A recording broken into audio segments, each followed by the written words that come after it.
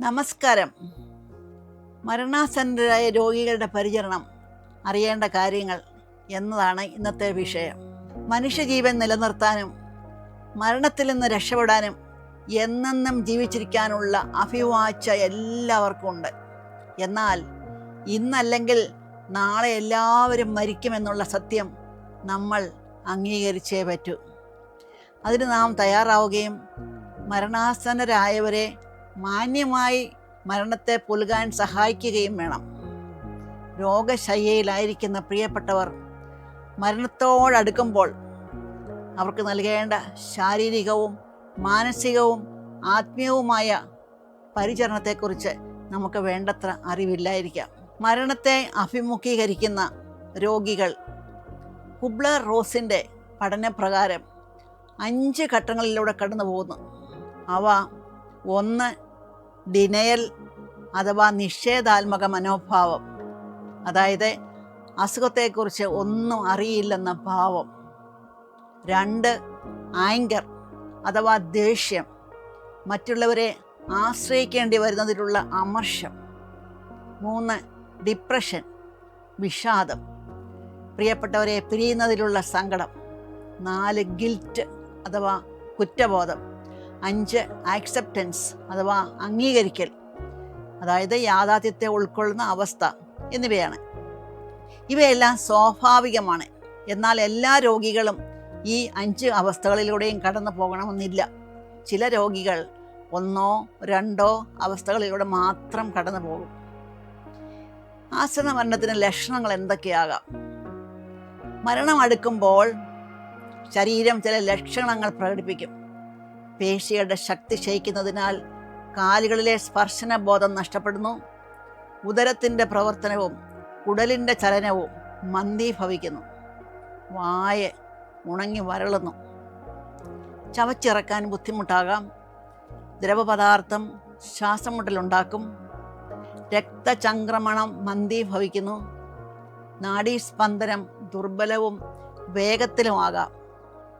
ചില രോഗികൾ അമിതമായി വിയർക്കും, എങ്കിലും ശരീരം തണുത്തിരിക്കും.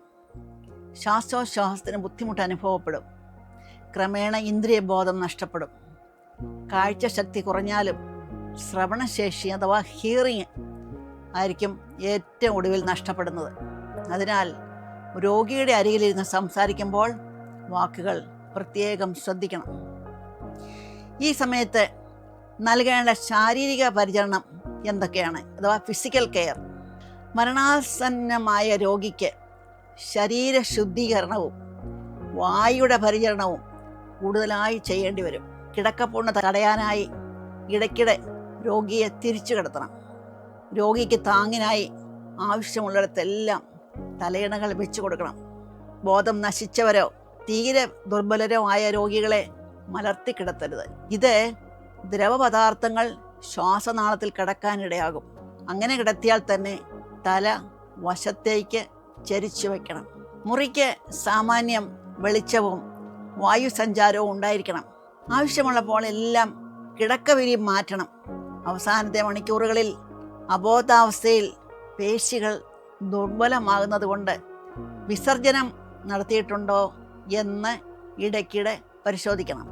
വായു വഴി ശ്വസിക്കുന്നത് മൂലം വായ വരളുന്നത് കൊണ്ട് ദ്രവപദാർത്ഥങ്ങൾ കുറഞ്ഞ അളവിൽ ഇടയ്ക്കിടെ കുറേശ്ശെയായി കൊടുക്കുന്നത് വായ നനമുള്ളതായിരിക്കാൻ സഹായിക്കുന്നു. കൃത്രിമ പല്ലുകളുള്ള രോഗികളുടെ കാര്യം പ്രത്യേകം ശ്രദ്ധിക്കണം. പല്ലുകൾ മാറ്റിയാൽ ഉമിനീർ പുറത്തേക്ക് ഒലിച്ചിറങ്ങും. നനഞ്ഞ പഞ്ഞി കൊണ്ടോ ഗ്ലിസറിൻ ഉപയോഗിച്ചോ ചുണ്ടുകൾ ഇടയ്ക്കിടെ തുടയ്ക്കണം. മൂക്കിൽ ട്യൂബ് ഇട്ടിട്ടുണ്ടെങ്കിൽ അത് ബലമായി ഉറപ്പിച്ചിട്ടുണ്ട് എന്നും നാസ്വാധാരങ്ങളിൽ പൊറ്റ പിടിച്ചിട്ടില്ലെന്നും ഉറപ്പുവരുത്തണം. ഏതെങ്കിലും ലൂബ്രിക്കൻ്റ് ജെല്ലി ഉപയോഗിക്കുന്നതും നല്ലതാണ്. രോഗിക്ക് ബോധമുണ്ടെങ്കിൽ ഇടയ്ക്കിടയ്ക്ക് ബെഡ് പാനോ യൂറിനലോ നൽകാൻ മടിക്കരുത്. ഒരു സമയത്തും രോഗിയെ തനിച്ചാക്കരുത്. രോഗി നേരത്തെ ഇഷ്ടപ്പെട്ടിരുന്ന പാട്ടുകളോ പ്രാർത്ഥനകളോ കേൾപ്പിക്കുന്നത് നല്ലതാണ്. ആത്മീയ കാര്യങ്ങൾക്ക് രോഗിയെ ആശ്രയിച്ചിരുന്ന വ്യക്തികളുടെയും ആചാര്യന്മാരുടെയും സാമീപ്യവും രോഗിയുടെ ഏറ്റവും വേണ്ടപ്പെട്ട ബന്ധുക്കളുടെ സാന്നിധ്യവും ഉറപ്പുവരുത്തേണ്ടതാണ്. രോഗിയുടെ സന്നിധിയിൽ സ്വാന്തന സ്പർശവുമായി ഒരാൾ എപ്പോഴും ഉണ്ടായിരിക്കുന്നതാണ് ഏറ്റവും ഉത്തമം. നമുക്ക് കൊടുക്കാവുന്ന ആത്മീയ പരിചരണം അഥവാ സ്പിരിച്വൽ കെയർ എന്തൊക്കെയാണ് എന്ന് നോക്കാം. ഒരു രോഗിയുടെ ശാരീരികവും മാനസികവും സാമൂഹികവുമായ തലങ്ങൾക്കൊപ്പം ഒന്നിച്ച് പരസ്പരം സമന്വയിപ്പിച്ച് വർദ്ധിക്കുന്നതാണ് ആത്മീയത. ജീവിതത്തിൻ്റെ അവസാന നാളുകളിൽ എത്തപ്പെട്ടവർക്കും മാരക രോഗങ്ങളുമായി മല്ലിടുന്നവർക്കും ആത്മീയ പരിചരണം അത്യന്താപേക്ഷിതമാണ്. ഏതൊരു രോഗത്തിൻ്റെ പിടിയിൽപ്പെടുമ്പോഴും രോഗിയുടെ ദൈവത്തോടുള്ള, മതത്തോടുള്ള, വിശ്വാസത്തോടുള്ള സമീപനത്തിൽ മാറ്റം വരുന്നു. പുറമേ പ്രകടമല്ലെങ്കിലും ഏകദേശം നല്ലൊരു വിഭാഗം രോഗികളും ആത്മീയ പരിചരണം ആവശ്യമുള്ളവരും അവരുടെ ചോദ്യങ്ങൾക്ക് ഉത്തരം തേടുന്നവരുമാണ്. പലപ്പോഴും രോഗികൾ ചില ചോദ്യങ്ങളുമായി മാനസിക സംഘർഷം അനുഭവിക്കാറുണ്ട്. ഉദാഹരണത്തിന്, ഞാൻ ഇത്രമാത്രം ദാനധർമ്മങ്ങളും പുണ്യപ്രവർത്തികളും ചെയ്തിട്ടും ദൈവം എന്തിനാണ് ഇങ്ങനെ ഒരു അസുഖം സമ്മാനിച്ചത്?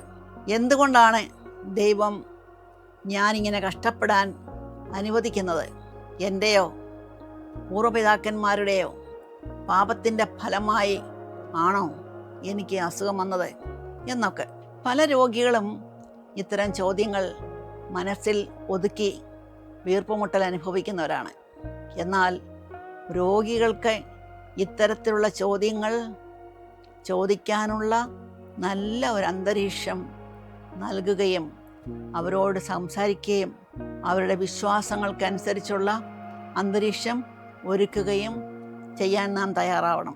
പ്രത്യാശ നൽകുന്ന മതലിഖിതങ്ങൾ വായിച്ചു കേൾപ്പിക്കുന്നത് രോഗിക്ക് മാനസികമായ ഉണർവ് നൽകും.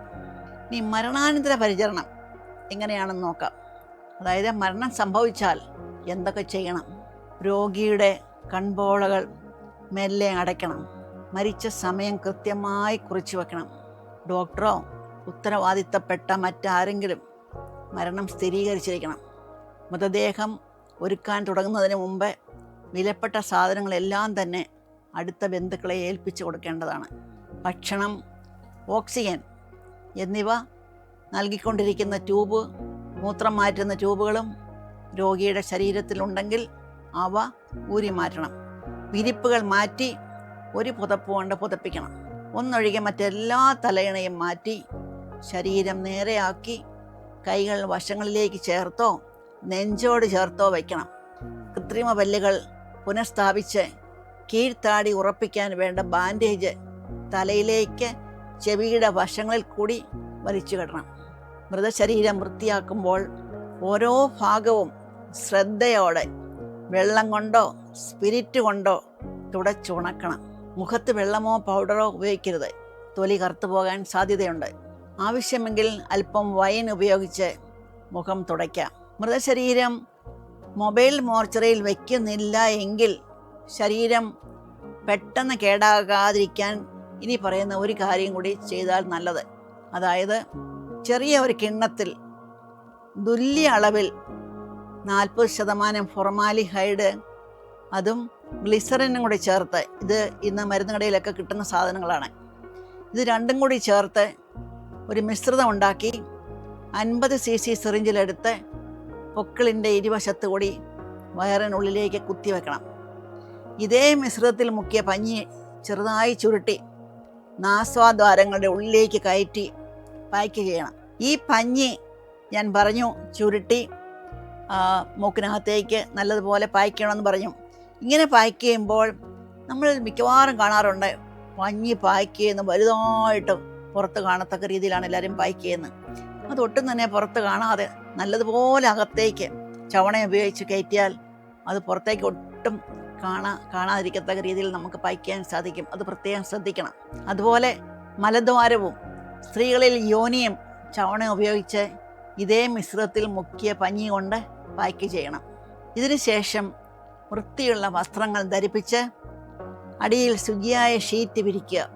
പതിവ് രീതിയിൽ തലമുടി ചീകി വയ്ക്കുകയോ പിന്നി റിബൺ കൊണ്ട് കെട്ടുകയോ ചെയ്യാം. വൃത്തിയുള്ള ഉറയിട്ട തലയിണയിൽ തലവെച്ച് മുഖം ഒഴികെ ശരീരമാകെ വൃത്തിയുള്ള ഷീറ്റ് കൊണ്ട് പുതപ്പിക്കണം. രോഗവുമായി ബന്ധപ്പെട്ടവയെല്ലാം മുറിയിൽ നിന്ന് മാറ്റി മുറി വൃത്തിയാക്കണം. എല്ലാം പൂർത്തിയായാൽ ഉപയോഗിച്ച വിരിപ്പുകളും മറ്റും അണുനാശം വരുത്തി അലക്കാൻ കൊടുക്കണം. മെത്തയും തലയിണയും മറ്റും വെയിലത്തിട്ട് ഉണക്കണം. മുറിയിൽ ധാരാളം വായു സഞ്ചാരം ഉണ്ടാകട്ടെ. രോഗി ഉപയോഗിച്ച വസ്തുക്കളെല്ലാം കഴുകി രോഗാണുനാശം വരുത്തണം. ഈ വീഡിയോ നിങ്ങൾക്ക് ഇഷ്ടപ്പെട്ടെങ്കിൽ മറ്റുള്ളവരുമായിട്ട് ഷെയർ ചെയ്യാൻ മറക്കരുത്. നന്ദി.